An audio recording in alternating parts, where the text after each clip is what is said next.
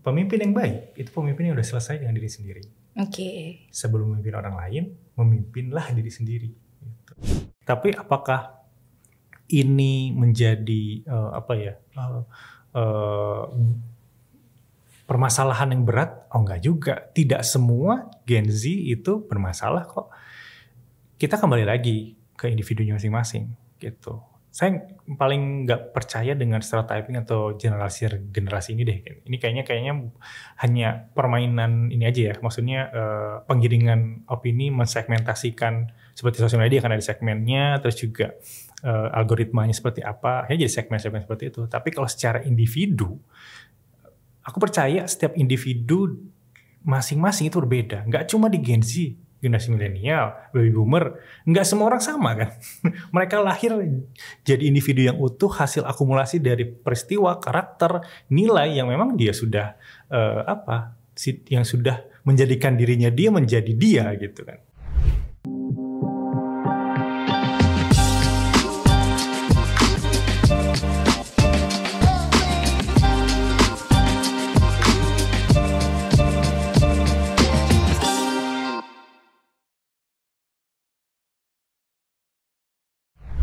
Program Sosok kali ini kita bukan lagi ngobrol sama pemimpin perusahaan atau leader di sebuah perusahaan.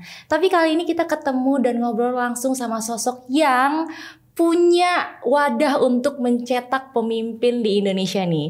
Kali ini kita ngobrol bareng sama Kak Zenza Rahman. Hai Kak. Halo Kak Fizli, aku manggil siapa? Kak Fizli. Kak Fizli aja. Manggil Fizli aja, nggak usah tiba-tiba jadi manggil Kak lu. Kak Mbak gitu ya. Mas, okay. Jangan dong. Oke, Mas Zenza. Okay. Kak, apa kabar? Alhamdulillah sehat. Baik. Gimana ya. Baik sekali. Gimana perjalanan ke studio? Perjalanan studio ini lumayan memakan waktu ya. Kenapa kalau boleh tahu? Saya dari sekecil ini tiba-tiba udah. Saking jauhnya lu butuh bikin visa ya? Oh iya betul ya. Beda ya. Ini nyapa kameranya enggak? Oh nyapa dulu dong. Hai dulu dong. Hai kesini berarti. Ayo kesini. Jadi ternyata aku lagi ngobrol sama orang yang menciptakan pemimpin Indonesia lewat wadahnya. Menciptakan. Pemimpin.id ya. Harus relate dong. Oke. Nah sekarang aku pengen tahu sebenarnya siapa sih Zenza Rahman ini? Oke, apanya nih? Siapanya nih? Oke, latar belakangnya. Oke. Latar belakang Zenza Rahman ini hanya manusia biasa saja. Namun mungkin mencintai dunia pendidikan. Oke. Dan bergerak di bidang mencetak banyak pemimpin. Oh tiba-tiba sombong mencetak banyak pemimpin ya. Mencoba melahirkan banyak berarti pemimpin. bridgingan gue berhasil. Ini nih.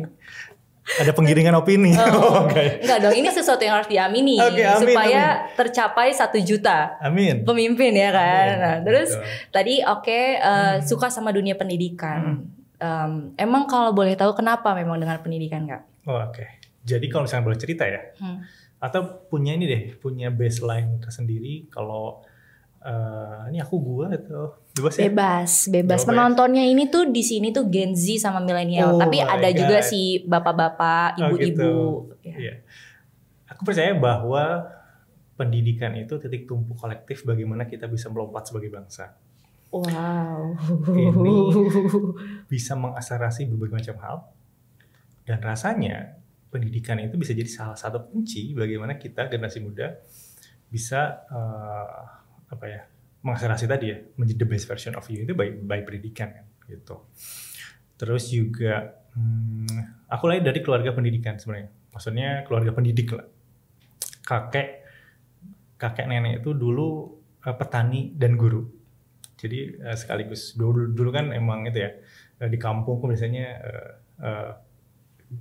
gaji guru tidak terlalu besar, akhirnya sambil bertani kayak gitu kan. Bahkan sampai membuka perpustakaan untuk di desa itu biasanya diinisiasinya sama kakek dan nenek waktu itu. Terus juga almarhumah ibuku juga guru. Jadi rasanya kalau kita ngomongin pendidikan itu dekat banget nih gitu nafasnya gitu. Makanya memang kenapa mencintai pendidikan akhirnya mungkin takdir yang mengarahkan aku ke sana ya. Sebenarnya lebih ke udah ada bloodnya. Mungkin ya. Bloodnya darahnya tuh nggak bisa bohong. Oke, nggak bisa bohong ya. Yang bisa bohong siapa? Wah. Aduh. Ini bagus jadi clickbait. Gitu ya. Oke, gitu. Ya mungkin DNA-nya tadi, DNA-nya pendidikan. Jadi akhirnya pas sekarang banyak bergelut di bidang pendidikan, ya akhirnya ya jadi salah satu blessing tersendiri ya. Gitu ya. Akhirnya ya saya mencintai bidang ini kan akhirnya. Tuh. Ngomong-ngomong soal pendidikan, banyak anak muda yang merasa dan menyampaikan di beberapa konten di sosial media kalau untuk menjadi seorang pemimpin kadang tidak perlu memiliki pendidikan tinggi. Ini udah perkara tidak bisa literasi lagi sebenarnya kita tentang informasi kan, karena semua orang bebas berpendapat. Nah, setuju nggak Kak Zenza kalau ternyata pendidikan tidak menjadi tolak ukur penting menjadi seorang pemimpin? Nggak setuju. Why? Karena gini, mungkin kamu lulus SMA atau lulus S1, lulus S2 tidak langsung mendapatkan pekerjaan, tiba-tiba pengen jadi CEO, jadi apa, enggak. Tapi dia bisa memberikan banyak pilihan untuk pilihan kamu. Mungkin itu ya. Jadi jangan anggap dengan kamu sudah S1, S2, oh saya lebih pintar, saya lebih lebih punya privilege dan lain-lain gitu. Tidak. Tapi pendidikan ini membentuk kamu gitu. Pendidikan itu bisa berbagai macam dimensi. Dalam artian kalau misalnya kuliah gitu ya. Ketika kamu kuliah, kamu sarjana gitu ya. Kamu sarjana apa sih? Saya sarjana ilmu komunikasi. Oh, cocok dong kalau sekarang. Ini salah ya kalau saya nanya ya. Gitu. Tapi dalam artian gini. Nah, kan sering kali kan sekarang kayak wah, kuliahnya apa, kerjanya apa gitu. Iya. Nah, itu. Ini terjawabnya gini. Jadi ketika kita kuliah, itu bukan semata-mata kamu akan linear dengan ilmumu, gitu untuk sekarang. Karena kuliah itu pertama yang kita dapatkan adalah bagaimana konstruksi paradigma, jadi HI banget. Wawasan cara berpikir. Iya, bagaimana critical thinking sebenarnya. Cara berpikir, critical thinking salah satu subnya. Cara berpikir kita, gitu. Kedua, bagaimana kamu bertemu orang, berinteraksi dengan dosen, berinteraksi dengan orang yang di luar dari daerah kamu, itu ada value yang tertransmisikan. Iya, karena akan ada kerja kelompok, akan ada aktivitas bersama orang lain ya Kak, di pendidikan. Betul. Okay. Terakhir ya networking gitu, jejaring yang kamu bangun. Makanya 3 hal itu yang sebenarnya kamu dapat di perkuliahan gitu. Jadi kalau misalkan ngomong, saya nggak usah kuliah tinggi-tinggi, atau Steve Jobs nggak perlu kuliah tinggi-tinggi, atau Mark Zuckerberg nggak lulus gitu. Tapi kan itu hanya satu dari sekian ratus juta atau bahkan miliar yang berhasil gitu. Sisanya enggak gitu. Makanya nggak setuju.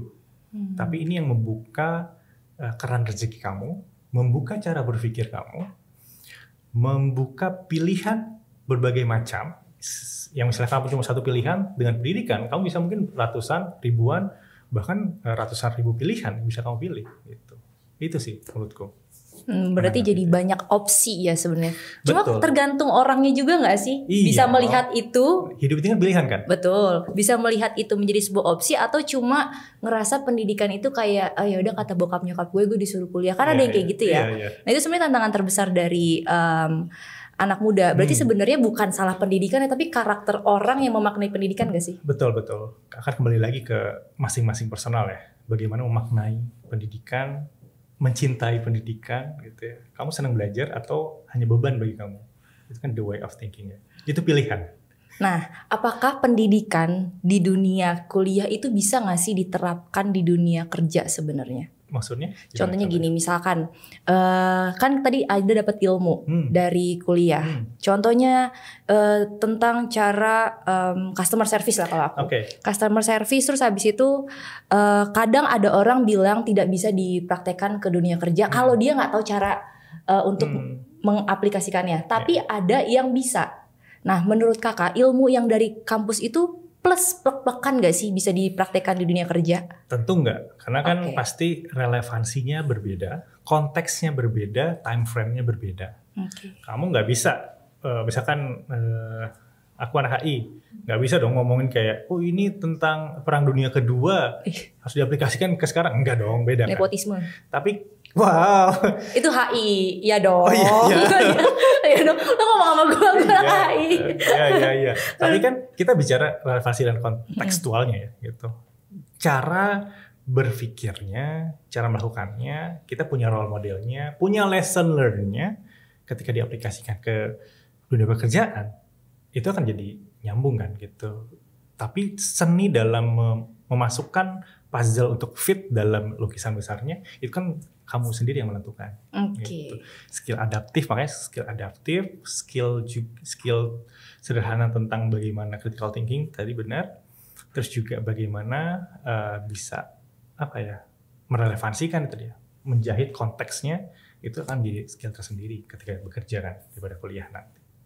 Nah, Kak Jenza tuh juga punya pendidikan, latar pendidikan seperti apa sih? S1 dulu sebenarnya HI, hubungan internasional, terus juga S2 malah ngambil program studi damai dan resolusi konflik. Itu part of HI ya? Masih ada relatable, mungkin ada HI-nya, ada sosiologinya, psikologinya, cukup banyak tuh negosiasinya kan. Jadi cukup melebar lah gitu.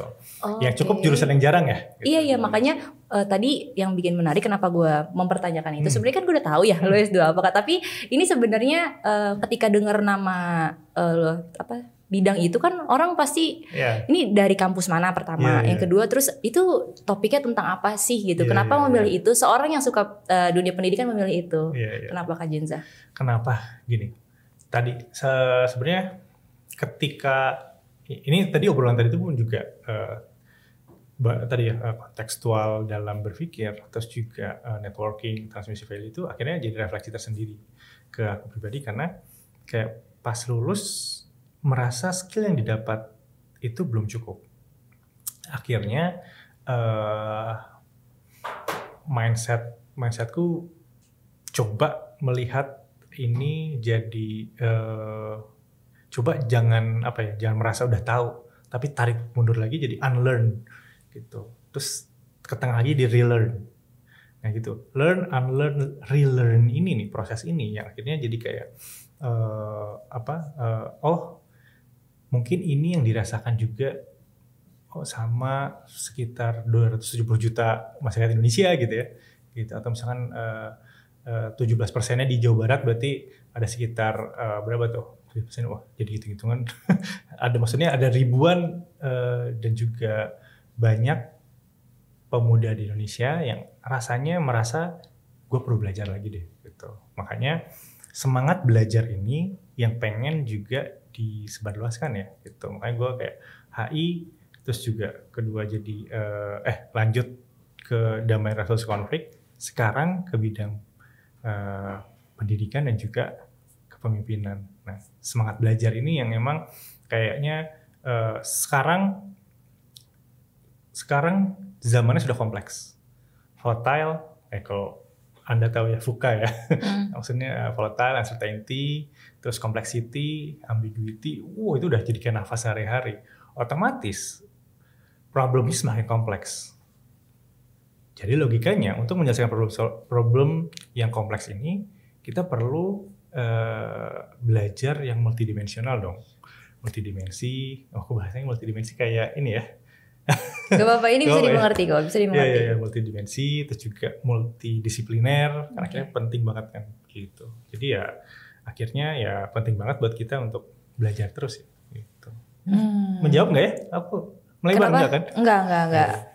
Intinya adalah ketika menjadi S1 terus S2 itu tuh sebenarnya kan master degree lah. Pendidikan itu tuh pasti nggak sih bisa mencetak pemimpin-pemimpin di masa depan? Atau sebenarnya itu jadi salah satu ornamen penting yang akhirnya bisa membentuk seorang pemimpin? Balik lagi, ini kan tadi pendidikan bisa memberikan banyak pilihan, tapi kan yang mengambil pilihan ya diri sendiri kan. Makanya kalau misalkan tanya apakah ini bisa mencetak pemimpin, bisa gitu. Tapi apakah ini menjadi salah satu jalan yang absolut gitu? Enggak. Nah, karena kan gini Kak, sekarang leadership itu udah ada apa sih bahasanya kalau kuliah tuh, bukan matkul udah ada keilmuannya gitu. Iya kan sekarang udah ada leadership itu udah jadi kayak bagian ini kuliah kan. Gue jadi lupa sih HI apa itu namanya apa sih? Paham kan maksud gue? Ya gitu. Gini, Ketika kita ngomong kepemimpinan, secara cabang ilmu seringkali di own sama manajemen misalkan atau bisnis, ilmu bisnis kan itu sering banget tuh dibahas kali-kali. Tapi kemudian sebagai skill ini yang memang perlu disebarluaskan atau dibumikan. Hal sederhananya, ini bahkan masuk ke 21st century skill-nya UN loh gitu, leadership ini. Atau bahkan untuk bersaing dengan AI, ya kamu harus punya leadership gitu kan gitu. Betul. Yang akan membedakan kamu dengan AI kan gitu. Kembali lagi, makanya di pemimpin ID kita selalu percaya pemimpin yang baik itu pemimpin yang udah selesai dengan diri sendiri. Sebelum memimpin orang lain, memimpinlah diri sendiri. Gitu. Jadi pemimpin ini bukan jabatan, kepemimpinan itu bukan suatu hal yang jauh, karena untuk jadi pemimpin minimal kamu bisa memimpin diri sendiri. Kalau laki-laki jadi imam misalkan, wah jadi beda lagi. Imam ya. Soalnya gini, kalau misalkan tadi kakak sempat bilang nanti akan kalah sama AI gitu kan. Nah sebenarnya kalau AI itu bisa jadi ancaman untuk persiapan menjadi seorang leader nggak sih? Wih bahasanya seperti ini bukan ancaman nggak tuh? Halo saya anak HI. Halo saya anak HI. Kalau aku melihat AI bukan ancaman. Tapi kemalasan kita bisa jadi ancaman. Tapi sebenarnya jadi tenaga pendukung gak sih sebenarnya? Iya, kan itu bisa mengatasi. Seperti halnya kamu punya handphone gitu. Iya kan. Punya handphone ya itu bisa jadi membantu kamu kan gitu. Tapi kalau kamu malas untuk mempergunakan handphone ya udah. Handphone cuma jadi hiasan doang gitu. Ngejar gengsi doang gitu kan. Tapi nggak produktif. Ya sama aja dengan AI. AI bisa meng-upgrade atau menambah value kamu sebagai individu. Kalau kamunya juga menguasai hal-hal yang fundamental tentang AI itu sendiri gitu. Jadi kalau misalnya ngomong itu ancaman, enggak sih menurutku gitu. Oke, akan datanglah seorang Gen Z, ketemu Kak Zenza. Kak Zenza emang fundamental penggunaan AI gimana Kak Zenza? Ya kan, gimana? Gitu. Coba. Hal fundamental menurut Zenza. Gitu. Oke. Nanti kita ganti judulnya. Lanjut Kak. Gen Zenza. Gen Zenza, oke lanjut. Hal sederhananya sederhana. Skill prompting itu penting banget kan. Prompting dalam artian jangan pindahkan kebiasaan kamu menanyakan pada Google kepada AI. Itu sama aja kalau kayak gitu. Kayak misalkan kan apa sih gelas? Kalau di Google kan segitu, apa sih gelas? Iya. Terus tiba-tiba plek di AI, apa sih gelas? Ya udah nggak usah ini AI. Ini konteksnya misalkan AI yang LLM ya, ChatGPT misalkan. AI banyak jenisnya, tapi kita sebagai contoh misalkan ChatGPT deh gitu. Ya jangan kayak gitu. Kamu nggak bisa maksimalkan secara penuh dong potensi AI itu sendiri. Ya kamu perlu misalkan ada banyak lah frameworknya sekarang gitu ya. Misalkan harus pakai role play. AI, aku pengen kamu sebagai ahli definisi, terus juga ontologinya tahu tentang gelas dan lain-lain, baru jelasin kan. Masuk apa sih artinya gelas? Baru tuh kan. Iya, more spesifik. Betul, kayak itu ngobrol ya. Betul. Ya, ngobrol lebih ke semakin spesifik pertanyaannya, semakin jelas jawabannya. Betul. Ya makanya kan lebih baik kamu curhat sama AI. Meta AI. Tanya, lu udah ngerasain nyari nama lu kan? Nyari nama lu. Gue nyari nama gue bagus sih dia. Gitu. Untung belum terkenal jadi aman. Oke. Tapi kan memang kalau di AI itu kan kadang yang membedakan dengan manusia itu kalau cara menjawabnya ada unsur emosional atau psikologi atau bagaimana dia merespon kan. Nah kalau AI itu kan nggak ada.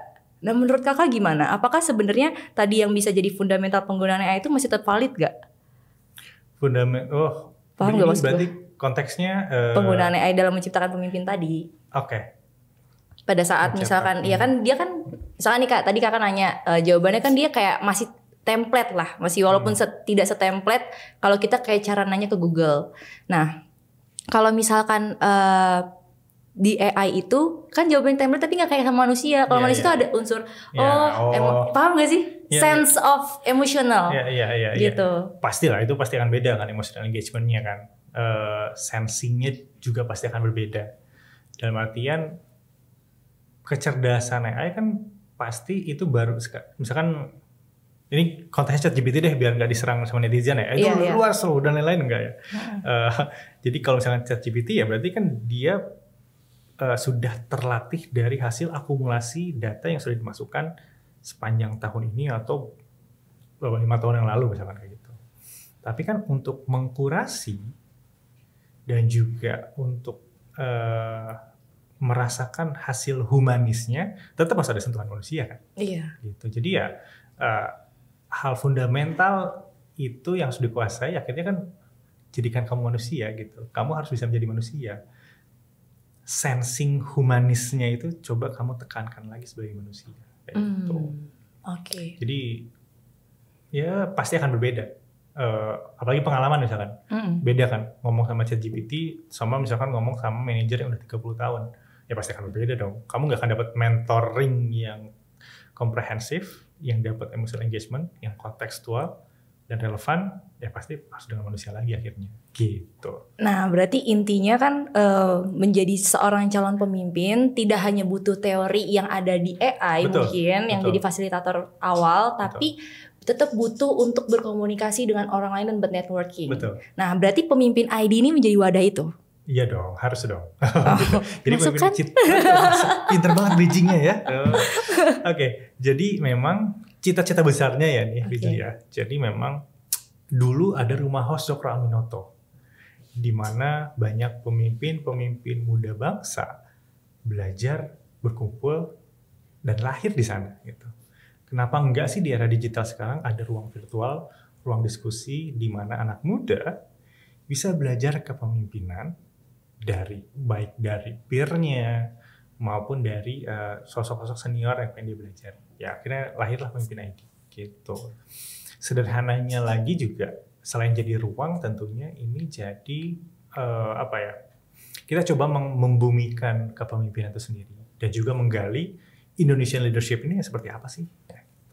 Gitu sih Visil. Sebenarnya keresahan selain tadi memang nggak ada, mungkin susah mempelajari tentang pemimpinan, terus mau memberitahu kalau mempelajari pemimpin itu bisa dibumikan ya, gimana sih tadi bahasnya kayak gitulah. Terus sebenarnya ada nggak sih yang benar-benar ingin menjadi cita-cita goals terbesar pemimpin ID ke depannya? Itu apa? Cita-cita goals besar. Ini cita-cita goals. Cita-cita. Visi beda loh. Oke, sekarang kita ngomong pemimpinnya. Karena kalau visi kan ini visinya seorang Kak Zenza. Oh gitu. Kalau ini kita pemimpinnya dulu. Iya. Pemimpin ID-nya dulu. Kita punya cita-cita besarnya adalah membuat ekosistem kepemimpinan yang inklusif, efektif, dan memberdayakan. Oke, sekarang pertanyaannya, kepemimpinan inklusif itu seperti apa dan mengapa penting untuk masa depan Indonesia? Masa depan Indonesia banget nih ya. Iya, karena kan pemimpin ID, idenya ada Indonesia. Masa kita bikin negara lain, walaupun anak HI kita tetap sayang Indonesia. Asik. Oke, jadi kenapa sih kepemimpinan inklusif penting banget buat kita? Dan juga ini jadi value yang selalu di Pemimpin ID kita advokasikan tentang inklusivitas. Pertama, ya kita tahu keberagaman kemajemukan Indonesia ini cukup luas. Ke data BPS berarti 1.300-an suku, kalau nggak salah, atau bahasa kayaknya 700-an, aku lupa.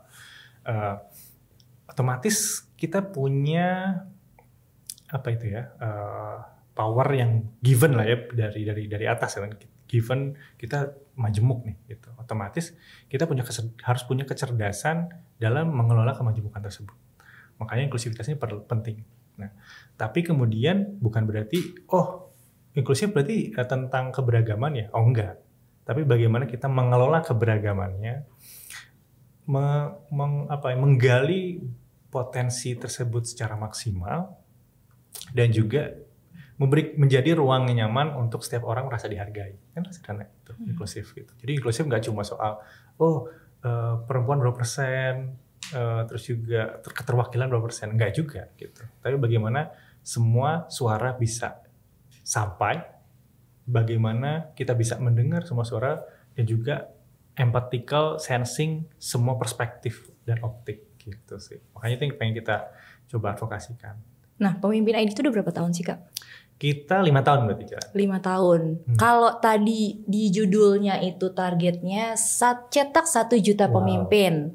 Nah, dalam 5 tahun ini udah berapa banyak Kak pemimpin yang tercetak dalam pemimpin muda kali ya? Pemimpin muda apa ada yang udah berumur juga? Berumur juga banyak. Itu mungkin lebih yang menjadi ininya ya, yang ngajarin kali ya? Atau gimana? Ngajarin, belajar juga banyak. Oh, berarti sebenarnya untuk masuk di pemimpin ID ini nggak ada batasan umurnya gitu? Nggak ada sebenarnya. Gitu. Karena memang ini juga jadi fakta menarik dan juga cukup lebar ya. Audiens kita itu kadang ada yang senior, tapi ada juga misalkan sekarang anak SMP SMA. Oh ya, bisa juga masuk Kak? Itu faktanya gitu. Padahal kita nggak, oke lah mungkin kita kayak membatasi sebenarnya kayak nggak strict membatasi umur hanya segini ya. Kan nafasnya pendidikan, semua orang boleh belajar kan gitu. Pas kita cek ternyata kayaknya misalnya dari 4.526 ini. Ini yang terakhir ya Kak? Ya terakhir kita bikin pemimpin ID Community. Ini sekitar 20%-nya anak SMP dan SMA. Itu fakta menarik. Berarti kan, ternyata Gen Z yang masih sekolah, itu udah masuk Gen Alpha. Itu Alpha Kak? Udah kayaknya masuk Alpha deh, iya. Itu senang banget belajar hal seperti ini. Gitu. Berarti di saat kita SMP mungkin, gue masih main game online deh kayaknya. Gitu. Iya. Iya, Ayo Dance sama apa Tantra, Pangnya.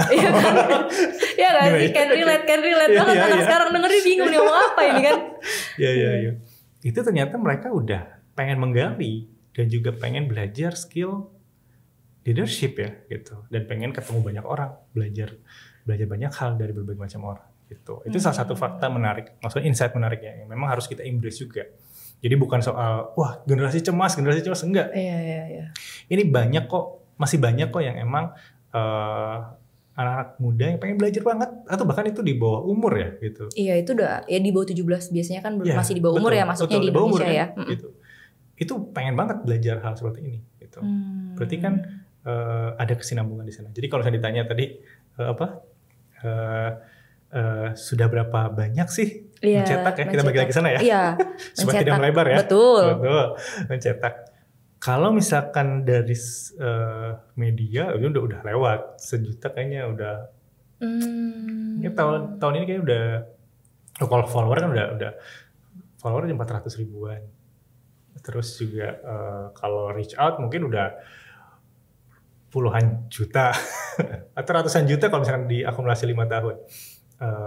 Tapi kemudian yang meaningful, yang beneficiaries, kayaknya kita mungkin masih ratusan ribu gitu.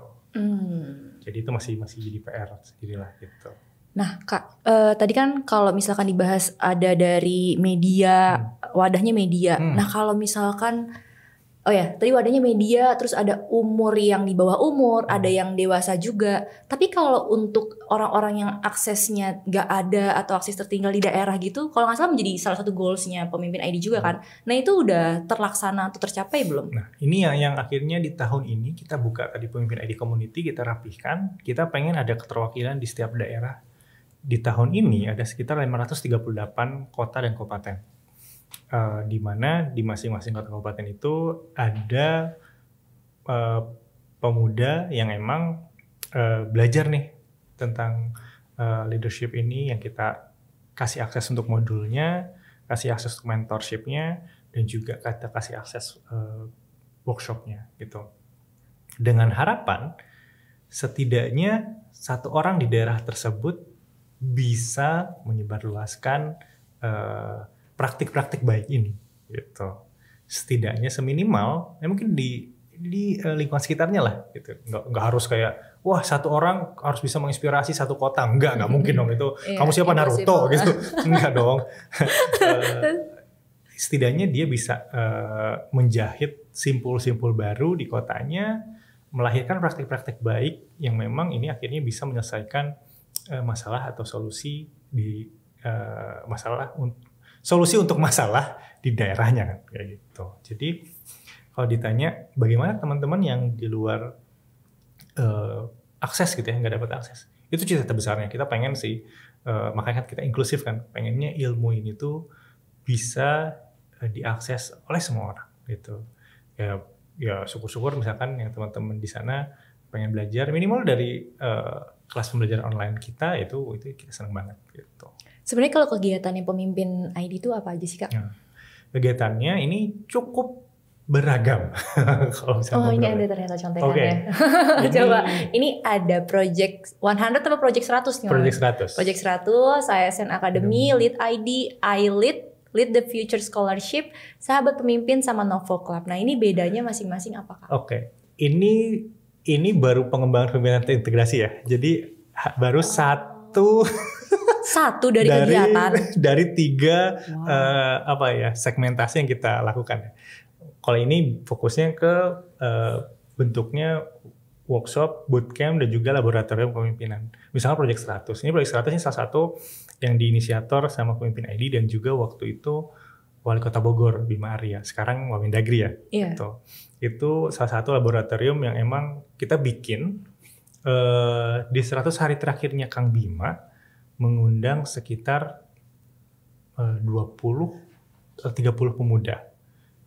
Nah, di sana dia belajar 3 isu urban, isu kota yang emang lagi diselesaikan oleh Bima Arya di 100 hari terakhir. Otomatis pembelajaran yang bersifat praktik atau experiential learning ini yang mereka dapatkan gitu. Langsung ke ada 3 topik waktu itu. PKL pasar, penataan transportasi, dan juga taman dan tempat terbuka gitu. Nah, di 3 topik ini mereka juga mempelajari banyak hal gitu. Misal pas ke pasar dan PKL, pemindahan pasar itu seperti apa, secara dari aturan seperti apa, lobby untuk meyakinkan bagaimana pedagang pasar dan lain-lain untuk pindah lebih baik seperti apa kayak gitu. Atau bahkan rekayasa bagaimana sih supaya pasar ini ramai, itu kan akhirnya jadi bahan diskusi dan juga mereka belajar sendiri ya. Mereka belajar langsung ke terjun langsung berarti terjun ya? Langsung. Gitu. Ini salah satu program yang 100. Terus ASN Academy ini salah satu program kita di mana kita buat course untuk ASN, teman-teman ASN, teman-teman PNS ya gitu. PNS. Untuk seluruh Indonesia online. Mungkin kita udah jalan 5 batch di mana di dalamnya kita kita inject tuh framework tentang leadership, tentang integritas, tentang mereka harus dituntut bisa kolaborasi sosial project antar institusi atau antar pulau dan cukup banyak dimensinya. Nanti di ujungnya mereka bikin community tersendiri. Sekarang namanya community-nya negarawan.id. Jadi para alumni-nya itu punya komunitas sendiri nantinya. Itu di under dari pemimpin atau akhirnya itu hasil mereka setelah itu? Iya, itu enggak maksudnya secara organisasi di bawah enggak. Tapi emang kayak kita bikinin, kita wadahin, tapi kepengurusan dan lainnya kita serahin ke mereka. Gitu. Terus lead ID ini berbagai macam nih. Ada lead ID yang buat penerima beasiswa, ada lead ID yang buat para petinggi BEM misalnya gitu ya. Tetap melibatkan orang-orang pendidikan gitu. Betul, ya. ID. Ini sama bentuknya sama kayak bootcamp untuk kepemimpinan ya gitu. Kalau iLead ini program internship kita, internship yang dimana ini udah jalan batch 6 juga. 3 bulan ikut sama kita. Bisa seperti internship biasa, tapi juga kita barengin sama beberapa framework dan juga silabus yang emang mereka harus belajar nih. Jadi nggak cuma bekerja, tapi juga belajar tentang leadership ini sendiri. Batch kemarin, ini kayaknya total sekali buka 1 batch yang daftar tuh bisa sampai ribuan. Wow, terus yang dipilih berapa Kak? Dipilih cuma 15, 8 sampai 15 lah gitu. Pembuatan silabus sama ininya dari mana Kak? Pembuatan silabus itu hasil berbagai macam diskusi ataupun dirancang dengan mungkin konsultasi dengan para coach dan lain-lain. Gitu. Kalau Lead the Future Scholarship ini scholarship, kita punya program scholarship waktu itu kayak pendaftarannya sampai puluhan belasan ribu gitu. Padahal kita cuma buka untuk 10 orang. Ini scholarship apa S2 atau S1. Kerja sama dengan kampus? Iya. Kampus apa Kak? Kampus. Kan pendaftarnya banyak jadi semua kampus bisa. Kirain kayak bisa. satu kampus apa gitu loh. Enggak. Ini semuanya. Semuanya. Ini terbuka untuk umum. gitu. Sahabat Pemimpin ini kayak udah program lama banget. Iya. Program ini ya. Kalau ini tuh teman-teman KOL Sahabat Pemimpin tuh yang emang pengen kita ajarin tentang leadership ya gitu. Kalau Novo Club ini juga unik. Ini kerjasama sama PT Paragon. Kita bikin ruang untuk mahasiswa belajar. Maksudnya bukan ruang fisik ya. Artian kita buka community mahasiswa selama 1 tahun yang di dalamnya sama tuh ada mentorship, ada kerja praktik, ada juga kelas-kelas dan lain gitu. Kemarin yang batch kemarin itu sampai 183.000 member. Nah, kan tadi ada beberapa kayak pendaftar yang lebih lah dari komitmen dari ketentuan sebelumnya. Parameter memilih orang-orang itu dari mana, Kak? Yang akhirnya terpilih? Beda-beda setiap programnya ya. Kita setiap program punya kualifikasi. Betul, kualifikasi tersendiri. Misalkan memang kalau Project 100 waktu itu ada batasan umur tentunya dan juga komitmen bisa nggak ke Bogor. Karena kan fisik ya gitu. Terus kalau misalkan ASN Academy otomatis ya kualifikasinya harus ASN dong. Gak mungkin. Benar. Gak mungkin yang lain. Cuma gitu. itu yang spesifik ya. Nah, sisanya ya tergantung tema saat itu gitu. Tapi yang menjadi concern kita biasanya kita selalu ada open essay. Jadi ratusan ribu tuh mereka harus essay juga tuh. Bikin essay lah gitu. PR itu essay sebenarnya. Karena untuk tadi mengkurasi komitmen mereka. Niat nggak sih daftar ini gitu. Niat nggak sih ikut program ini. Kalau daftar aja nggak niat berarti ya nggak usah dong gitu kan. Karena kadang kan suka ada gitu ya. Seperti Anda kan pas lihat, males isi form gitu kan. Ini bocorin ya. Jadi Fizli mau ikutan program kita tapi males gara-gara lihat formnya. Wah, gitu. Parah nih. Itu kan Mas Iksan. Nyebut nama lagi. Wah, parah. Itulah namanya power orang dalam. Oke. Gak semua power orang dalam itu hal negatif. Oke. Kalau kita nih ya. Kalau bisa menggunakan power orang dalam dengan baik, kan tahu dulu emang apa sih pemimpin ID gitu kan. Terus habis itu ternyata konkret nih, ya udah kan. Kalau kita kenal ya bisa pakai akses itu. Penonton tahu udah. Nggak, tapi maksud gue pengen ngasih tahu juga sama anak-anak muda sebenarnya power orang dalam itu bukan semata-mata kayak hal negatif gitu loh. Toh gue kenal sama Mas Iksan juga gue baru kenal sama lo kan Kak. Jadi maksudnya kayak dan tidak langsung bikin gue masuk juga ke pemimpin ID. Pasti sekarang lo sama Mas Iksan juga lagi ngetes gue kan. Layak atau tidak masuk pemimpin ID ya kan. Jadi intinya maksud gue even kenal power orang dalam pun gak bikin gue semata-mata langsung masuk ya toh. Iya betul. Gue bagusin nama lo. Terus aja nyapu. Ya itu tadi kan networking tadi kan. Nah iya makanya jadi menyambung silaturahmi itu penting. Betul. Nah tapi kan juga orang yang power orang dalam ini nggak akan semata-mata bisa melegalkan itu kalau dia rasa nggak. Udah disapu loh ini. Enggak bukan. Maksud gue pengen ngasih tahu. Ya instead of inilah. Ya kan gue kenal sama lo juga. Ya tetap aja juga bisa minta tolong nanti. Cuma maksudnya kalau lo nggak believe sama gue, lo nggak akan bisa meloloskan itu ya kan. Sekenal-kenalnya kita sama orang kalau emang nggak worth to untuk di ini kan nggak juga ya nggak sih? Ya mungkin bahasanya kalau sekarang bahasa HR mungkin referral ya. Iya, penting banget referral dari makanya suka ada referral ya dari atasan sebelumnya atau misalnya pekerjaan sebelumnya atau teman bekerjanya atau teman sekolahnya itu penting banget referral. Itulah pentingnya tetap membangun hubungan yang baik dengan tempat sebelumnya. Betul, jangan burn the bridge ya tuh, nggak boleh tuh burn the bridge. Iya, pokoknya karena beneran deh, gue jadi cerita sedikit. Jadi gue itu udah kerja kayak berapa 10 tahun lah. Nah, gue bisa sampai di titik sekarang ini bahkan maksudnya kayak sama orang-orang yang gue kenal itu karena gue pastikan tempat kerja gue yang lama itu tidak ada clash sama gue. Karena gue percaya banget di tempat kerja gue sebelumnya itu tuh akan jadi rezeki gue ke depannya. Gue selalu percaya itu. Dan maksudnya kayak gue dari pindah tempat A ke B itu tuh pasti misalkan ada yang resign lah dari tempat A. Terus gue diajak, ya tapi kan karena believe sama gue. Kalau gue nggak bisa kasih yang baik ke mereka kan nggak mungkin dia mau percaya atau ajak gue. Jadi maksud gue sebenarnya kalau lu lihat semua power kenal networking itu sebagai sesuatu yang negatif, lo yang rugi menurut gue. Dan itu yang sebenarnya anak muda tuh perlu care sama hal itu. Jadi kayak makanya tadi kan waktu dibahas soal belajar jadi pemimpin lewat AI aja, ilmu aja. Sebenarnya menurut gue enggak deh. Kayak gue bisa belajar contoh jadi pemimpin ketika gue kenal sama lo tanpa ikut pemimpin kan bisa juga. Karena sebenarnya karakter orangnya.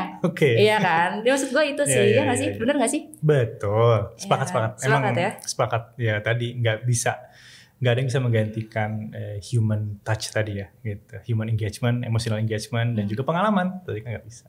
Nah, ngomong-ngomong soal pengalaman kan Kak Zenza itu S2-nya tadi tentang damai segala macem gitu. Itu tuh ngaruh nggak sih sama walaupun dari Universitas Pertahanan ya Kak? Itu tuh mempengaruhi sedikit pola kepemimpinan lo nggak sih selama after graduate dari sana Kak? Iya, ngaruh banget kan. Kalau misalkan belajar damai dan resolusi konflik, otomatis kita belajar bagaimana kondisi peace kan, peace and conflict, bagaimana source of conflict seperti apa, bagaimana sumber-sumber damai seperti apa. Makanya kan akhirnya rasanya value inklusif juga dipelajari di sana kan. Gimana sih mengelola kemajemukan, bagaimana sih kecerdasan dalam situasi hal yang majemuk ini, equity dan juga opportunity-nya itu sama gitu. Itu kepake banget gitu. Jadi nggak semata-mata hilang gitu, enggak gitu. Jadi ya itu berperan besar sih untuk mengkonstruksi bagaimana seorang Zenza. Kak, aku mau nanya. Oke. Kalau sekarang kan banyak banget yang bilang, iya menjadi seorang leader adalah leader yang punya pemikiran maju dan juga bisa membuat suatu hal berkolaborasi. Nah, menurut Kak Zenza sebenarnya apa sih perbedaan utama antara gaya kepemimpinan tradisional dan kepemimpinan berbasis kolaborasi? Oke. Ini boleh digeser nggak ya? Oh, silakan. Karena aku boleh. Tinggi deh. Oke. Segini ya, cukup ya. Oke. Lanjut. Jadi kalau misalkan tadi ngomongin kepemimpinan tradisional dan juga kepemimpinan kolaborasi. Ketika kita ngomongin tradisional, mungkin konteksnya yang aku nangkep ya, berarti satu hal yang sifatnya hierarkis, gitu ya. Satu hal sifatnya yang emang one commando, gitu, satu rantai komando, gitu. Apakah masih relevan? Masih juga untuk di institusi tertentu, misalkan seperti militer, kan itu pasti penting banget kan, gitu. Tapi apakah ini bisa diaplikasikan dengan metode lain? Bisa juga, gitu. Kenapa sekarang banyak ngomong kepemimpinan kolaborasi gitu ya? Karena memang tadi yang aku ngomong di awal ya tentang kompleksitas saat ini gitu. Udah VUCA itu udah kayak nafas kita sehari-hari gitu. Gak bisa diselesaikan dengan satu orang, satu dimensi atau satu disiplin ilmu gitu, gak bisa. Makanya pentingnya kolaborasi gitu. Jadi mindset gotong royongnya kolaborasi ini emang harus dimiliki kepemimpinan sekarang gitu. Kepemimpinan tradisional tadi satu, mungkin hierarki dan juga kolaborasinya akan berbeda. Dua, tentang bagaimana dulu mungkin direct ya, leader itu harus direct. Kamu A, kamu C, kamu D. Tapi sekarang kan memberdayakan. Kayak misalkan perlu mendengar dulu, oh gini, yaudah deh dua arah jadinya kan. Empower, karena ada niat tuh empowering si timnya misalkan. Nah itu beda kan. Jadi kayak misalkan kalau dulu cuma A, B, C. Sekarang tuh kayak kalau misalkan A gimana? Oh B aja Pak. Oh yaudah B. Apa nih rasionalisasinya? Jadi kan lebih ada komunikasi dua arahnya gitu. Terus yang terakhir ini mungkin soal kepemimpinan tradisional dan kepemimpinan kolaborasi tadi. Tadi mindset udah, how to communicate udah, yang terakhir outcome dan outputnya sih beda gitu. Bisa jadi kalau misalkan tadi kalau satu orang yang berpikir untuk perusahaan pasti ya sempit atau misalkan pilihannya sedikit gitu kan. Tapi kalau misalkan ini dipikirin rame-rame dan dirasakan bareng-bareng, kayaknya ini bisa lebih jauh kita jalan. Memang tidak jadi cepat, tapi jalan bareng-bareng lebih meaningful kan kayak gitu. Iya. Berarti pada akhirnya adalah kalau kita linearkan ke bisnis yang berhasil adalah bukan hanya mengandalkan satu sosok. Betul.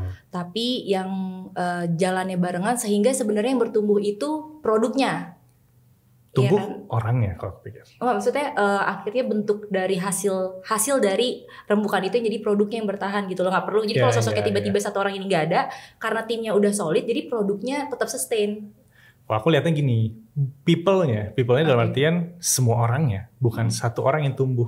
Iya. Tapi people, seluruh orang di dalam tim itu yang tumbuh. Gitu. Oke. Nah, sekarang kan kalau tadi kita bahasnya tentang pemimpin dan kolaborasi. Cuma berhubung saya perempuan, saya mau tanya apakah sebenarnya pemimpin perempuan itu menjadi sebuah ancaman bagi laki-laki? Karena kemarin habis ada kontennya, hanya 28% posisi kepemimpinan di dunia diisi oleh perempuan. Sebenarnya kalau di kakak deh sebagai laki-laki ngerasa terancam nggak? Ini ancaman banget ya diksinya ya. Mungkin merasa ada opsi kemungkinan tergantikan. Paham maksudnya. Iya kan? Bisa dikatakan aku malah terbuka. Timku sekarang ya kayaknya 90% perempuan. Why akhirnya memilih banyak perempuan? Karena ini bukan stereotip atau generalisir, tapi selain mungkin dari kapasitas dan kapabilitas individunya, tapi juga aku merasa perempuan punya kelebihan dalam empathical skill, itu sensing intuisinya itu lebih tajam, karena pakai perasaan kan. Gitu.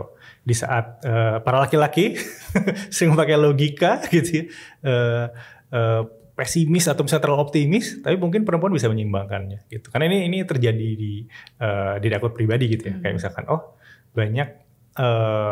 banyak andil, karena istriku juga bantuin memimpin ID. Jadi banyak andil yang ngerem visi besar ini seorang Zensa itu untuk membreakdown, mendetailkan itu kadang peran istri gede banget nih gitu. Bagian menenang-nenangkan. Betul, pelan-pelan gitu. Ini nih celebrate small wins-nya ini prosesnya ini nih gitu. Kadang, nah perempuan itu punya sensing seperti itu. Jadi menurutku harusnya semakin banyak opportunity ya yang dibuka untuk perempuan bisa sebagai leader. Dalam artian bukan dipaksakan, kapasitasnya harus sekian persen perempuan. Enggak, jangan. Malah itu memaksakan memaksakan perempuan yang belum punya kapasitas malah tiba-tiba harus ada di posisi itu. Malah menurutku malah menegasikan value perempuan itu sendiri gitu. Jadi menurutku akan ada masanya, toh juga sekarang udah berjalan jauh dari era Kartini, era Dewi Sartika ya di Indonesia misalkan.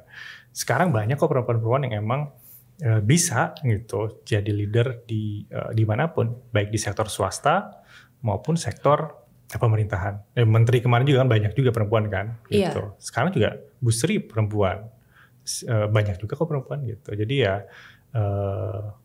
menurutku bukan ancaman, malah jadi salah satu keberagaman perspektif. Kalau dari kontennya kekuatan tersendiri kalau perempuan itu jadi pemimpin. Tadi, ya maksudnya aku memvalidasi tadi kan. Oke. Yep. Tapi pada saat kerja bareng sama laki-laki atau kerja bareng sama perempuan, selain tadi signifikannya perempuan bisa bagian menenangkan, terus bisa mengelaborate, ada nggak yang paling signifikan perbedaannya? Sebenarnya nggak ada sih. Harusnya nggak. Maksudnya dalam artian bukan berarti kayak harus perempuan, harus laki-laki. Kalau logical thinkingnya? Logical thinkingnya tergantung masing-masing ya. Ini bukan stereotyping, tergantung masing-masing juga. Tapi sorry, tapi dari pengalamanku terkadang tadi logical dengan intuisinya itu lebih tajam tuh perempuan gitu. Makanya emang kayak aku banyak buka opportunity untuk perempuan karena emang seneng banget ketika ada perempuan yang bisa mengakselerasi skillnya, kapasitasnya, juga karirnya gitu. Jadi inget dulu pernah buka juga tuh, kita buka Young Woman program. Young Women Program Scholarship di FRID Education waktu itu. Kita buka scholarship waktu itu sampai 35.000 orang yang daftar. Walaupun kita buka hanya untuk kayaknya 5-10 orang, tapi kita isi dengan tadi bootcamp, mentorship, terus kita juga ajarin workshop menulis. Akhirnya kita punya 2 buku antologi dari hasil mereka menulis gitu. Jadi rasanya banyak harapan besar bagaimana perempuan itu bisa menjadi seorang pemimpin. Berarti sebenarnya menjadi kolaborasi yang baik ya ketika laki-laki dan perempuan itu memimpin. Jadi bukan ancaman, bukan yang harus laki-laki lebih di atas, bukan harus perempuan juga yang apa tuh zaman sekarang alpha woman gitu ya. Ya nggak sih yang ada bukunya kan? Iya. Alpha female ya. Oh ya alpha female, benar, alpha female. Oke. Nah sekarang aku mau tanya, kalau misalkan pemimpin yang baik itu versi managing director pemimpin ID itu seperti apa? Oke. Pemimpin, tadi udah aku ceritain, pemimpin yang baik, pemimpin yang sudah selesai dengan diri sendiri, pemimpin yang bisa memimpin dirinya sendiri. Dia sadar utuh hadir penuh dalam artian dia bisa memimpin diri sendiri, self awareness-nya terus dia bisa self regulasi, self regulation gitu ya, regulasi emosinya baik dan lain-lain. Itu penting banget. Kemudian kalau kita selalu advokasikan kan inklusif, efektif, memberdayakan.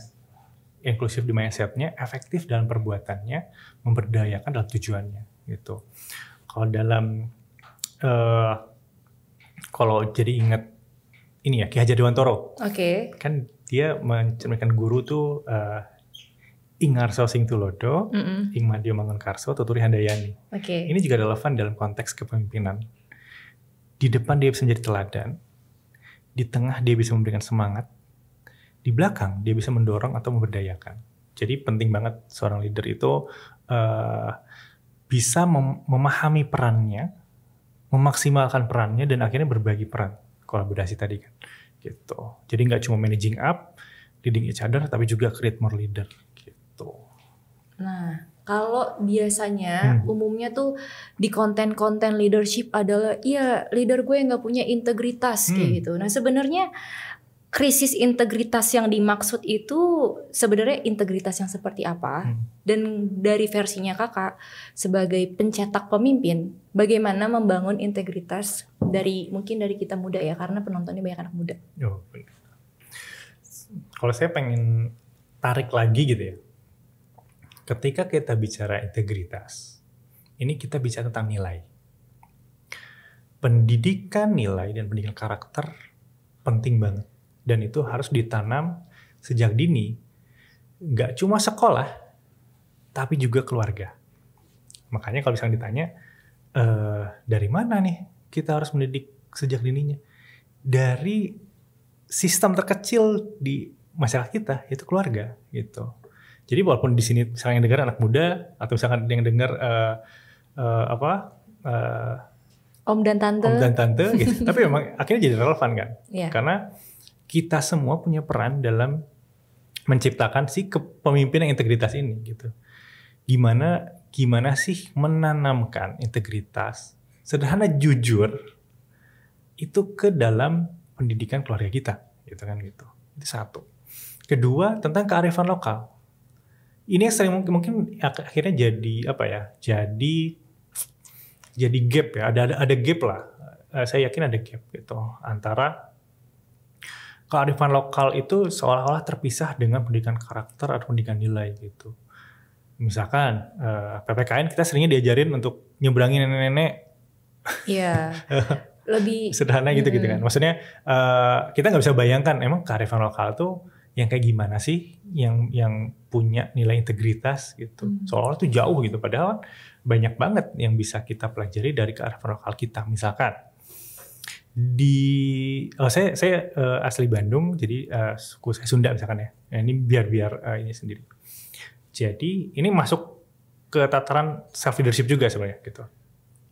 Jadi ada namanya tata salira. Tata salira itu menata diri. Jadi menata diri itu kenapa harus menata diri? Karena kita berusaha memantaskan diri untuk kebaikan-kebaikan besar di luar sana gitu. Contoh, kita coba mengenal diri sendiri, mendengar diri sendiri sebelum mendengar orang lain kan gitu. Bukan mendengar, maksudnya nggak mau dengar orang lain, enggak, tapi lebih kepada filtering. Mau kamu apa gitu. Kamu udah percaya belum sama diri sendiri gitu. Sudah dengar nggak intuisi kamu sendiri gitu. Manusia kan tumbuh dari akumulasi karakter, akumulasi peristiwa, akumulasi nilai yang memang ditanamkan ke dia gitu. Makanya kearifan lokal itu juga yang ya coba kita gali lagi. Ini juga yang lagi kita coba gerakan ya di Pembina di Community ini. Harapannya di 538 kota ini mereka juga menggali kearifan lokal di kota mereka yang akhirnya jadi riset kepemimpinan baru atau Indonesian leadership berdasarkan kearifan lokal kita gitu. Termasuk salah satunya integritas kan nanti gitu. Jadi kalau menurut aku tadi satu, kalau jadi ini ya, jadi ada namanya Cartesian model, itu head, heart, sama hand. Head itu tentang logikanya, berarti kan kalau integritas logikanya, ya silakan ilmu-ilmu logika ini dan juga kearifan lokalnya seperti apa. Terus kalau heart itu tajamkan intuisi dan feeling, sensingnya gitu. Hand itu actionnya apa nih gitu. Nah, head, heart, hand ini nih yang mungkin perlu digali lebih utuh bagaimana kita melahirkan pemimpin yang integritas ini. Atau sederhananya individu yang integritas dan nggak harus pemimpin. Semua orang harus punya integritas gitu. Benar. Nah, kalau misalkan kadang oke, integritas sudah dipenuhi, terus kita ingin menjadi seorang pemimpin. Mungkin bisa jadi pemimpin pada mungkin pejabat publik atau pemimpin di perusahaan sendiri atau pemimpin di perusahaan orang lain di tempat kerja kita. Nah, kadang pemimpin itu suka dibilang banyak pencitraan, Kak. Nah, sebenarnya gimana sih caranya untuk dari pemimpin ID agar membangun pemimpin yang memang fokusnya pada dampak sama solusi yang konkret? Dan apakah menurut Kakak ada nggak sih sebenarnya pemimpin yang pencitraan? Wah, itu yang terakhir di skip ya pertanyaannya ya. Sebenarnya kan boleh aja dijawab, tapi nggak usah nyebut yang lain-lain. Kenapa takut sih? Enggak, maksudnya kesannya kayak harus kita siap. Ada nggak sih? Enggak, gitu. Enggak. Itu pertanyaannya adalah, ada nggak sih? Itu bukan ngomong siapa sih gitu. Enggak, ada nggak sih? Maksudnya pada proses untuk menjadi seorang pemimpin yang melakukan pencitraan. Itu kan ada atau enggak? Terus bentuknya kayak gimana? Dari versi pada saat Kakak berdiskusi dengan teman-teman calon pemimpinmu kan, betul dong. Kenapa takut banget sih? Nggak ada yang takut ya. Nggak perlu takut.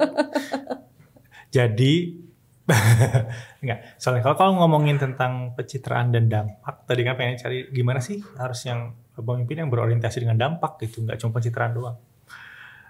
Aku mungkin bedahnya gini. Ketika kita bicara dampak, tentu kita harus tahu objektifnya apa, outcome-nya apa gitu.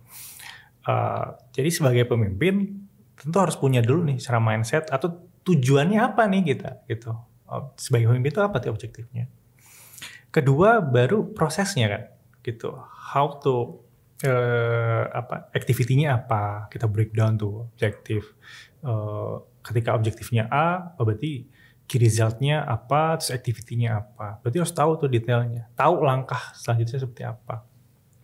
Ketiga, transparansinya. Nah, mungkin pencitraan ini harusnya masuknya ke transparansi. Kebayangkan kalau misalkan kamu memilih anggota DPR atau DPRD, kamu tahu programnya, kamu bisa memantau dia. Dan dia open untuk menerima masukan dan kritik. Akan lebih bahagianya bangsa ini kan gitu. Akan lebih sehatnya demokrasi di bangsa ini gitu. Jadi penting banget gitu. Maksudnya penting banget dalam artian perlu juga pencitraan dalam konteks transparansi dan akuntabilitas. Apa yang sedang dia kerjakan? Apa yang sedang dia tuju? Apa yang sedang dia lakukan? Itu penting banget. Terakhir, akhirnya dampaknya ini sustain atau enggak? Gitu. Atau cuma impulsif, high effort, low impact, high budget. Wah, itu kan lebih kacau lagi kan gitu. Yeah. Tapi kan itu jadi 4 tuh kan 4 step kan. Tahu objektifnya apa tentang dampaknya. Kedua, tahu cara melakukannya, prosesnya seperti apa, activity-nya apa. Ketiga, akuntabilitas transparansinya. mengemasnya seperti apa supaya ini bisa tersampaikan dengan utuh informasinya, dan terakhir sustain nggak dampaknya gitu. Jadi mungkin 4 itu ya yang bisa menjawab pemimpin yang berorientasi dampaknya seperti apa gitu.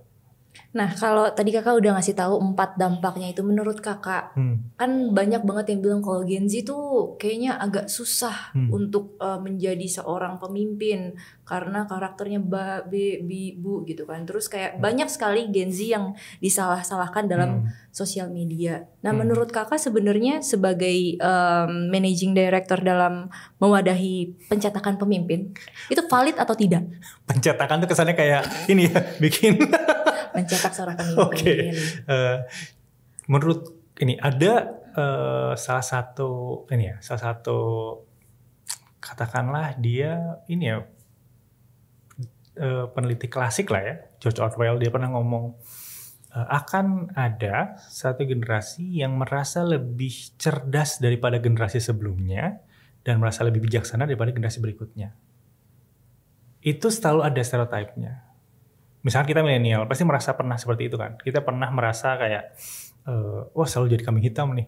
Iya. Cuma mungkin karena sekarang media sosial cukup kencang dan juga akhirnya tervalidasi, wah relate banget gue, FYP nih gitu. Akhirnya ini jadi mengakselerasi sesuatu, mengakselerasi beritanya lah jadi sesuatu. Tapi apakah ini menjadi permasalahan yang berat? Oh enggak juga. Tidak semua Gen Z itu bermasalah kok. Kita kembali lagi ke individunya masing-masing gitu. Saya paling nggak percaya dengan stereotyping atau generasi ini deh. Ini kayaknya hanya permainan ini aja ya. Maksudnya penggiringan opini mensegmentasikan seperti sosial media kan ada segmennya, terus juga algoritmanya seperti apa. Akhirnya jadi segmen-segmen seperti itu. Tapi kalau secara individu, aku percaya setiap individu masing-masing itu berbeda. Nggak cuma di Gen Z, generasi milenial, baby boomer. Nggak semua orang sama kan. Mereka lahir jadi individu yang utuh, hasil akumulasi dari peristiwa, karakter, nilai yang memang dia sudah yang sudah menjadikan dirinya dia menjadi dia gitu kan. Jadi the best versionnya of-nya dia, itu ya dia yang menentukan gitu. Jadi bukan permasalahan Gen Z-nya gitu. Tapi permasalahan sistemnya, bagaimana kita bisa mengakomodir, personalize, memaksimalkan the best version of you-nya anak muda Indonesia itu seperti apa gitu. Wow, iya. Karena sebenarnya memang apesnya Gen Z itu ya tadi karena sosmednya lagi rame sekarang, terus yang ngomong juga paradox informationnya rendah kan sekarang. Tuh semua orang bisa bicara, semua orang bisa menyampaikan pendapat. Terus anak muda juga nggak literasi. Mereka lebih senang mendengar dan membaca 15 detik pertama atau 60 detik dibandingkan mencari lagi ini konkret nggak informasi dari buku atau enggak gitu kan. Betul sepakat tuh. Karena emang di era hyper connected seperti sekarang dengan bejibunnya informasi banget, ya kan? Itu memang skill untuk mengkurasi informasi yang perlu kita serap itu akhirnya jadi skill fundamental baru. Betul. Karena sebenarnya kayak zaman gue dulu jadi milenial atasnya baby boomers juga milenial tuh ancaman. Iya. Sekarang milenial yang udah agak berumur Gen Z ancaman, nanti juga sama. Sebenarnya ya itu tadi yang statement kakak yang pertama itu sih. Akan ada yang ngerasa generasi yang sebelumnya ngerasa bijaksana, yang setelahnya merasa apa tadi? Jadi merasa lebih cerdas daripada generasi sebelumnya, lebih bijaksana daripada generasi sesudahnya. Nah iya. Oke, terakhir karena ternyata sudah 1 jam Kak. Wow. Jadi terakhir Kak, pesan untuk anak-anak muda calon pemimpin versi Kak Zenza. Apa yang Kakak akan informasikan dan suggest ke mereka supaya menghilangkan stigma kalau anak muda itu tidak bisa memimpin? Oke. Kita harus percaya bahwa semua orang itu adalah pemimpin. Dan pemimpin itu dimulai dari memimpin diri sendiri. Jadi intinya mulai memimpin diri sendiri. Mulai sekarang, jangan ditunda-tunda. Itu sih. Wow, thank you Kak Zenza, thank you for your time. Mau promosiin pemimpin nggak? Oke, follow aja Instagramnya di pemimpin.indonesia dan juga cari aja di LinkedIn pemimpin.id. Semoga kita bisa ngobrol di sana. Wih, berarti bisa ngobrol langsung sama Kak Zenza ya? Oh, bisa lah. Oh, Oke, teman-teman yang memang pengen belajar soal pemimpin, nanti bisa tadi ke sosial media ini dikasih tahu sama Kak Zenza atau hubungin Kak Zenzanya langsung ya. Boleh. Di Instagram boleh DM kan? Boleh. Oke deh, sampai ketemu di program sosok selanjutnya. Bye.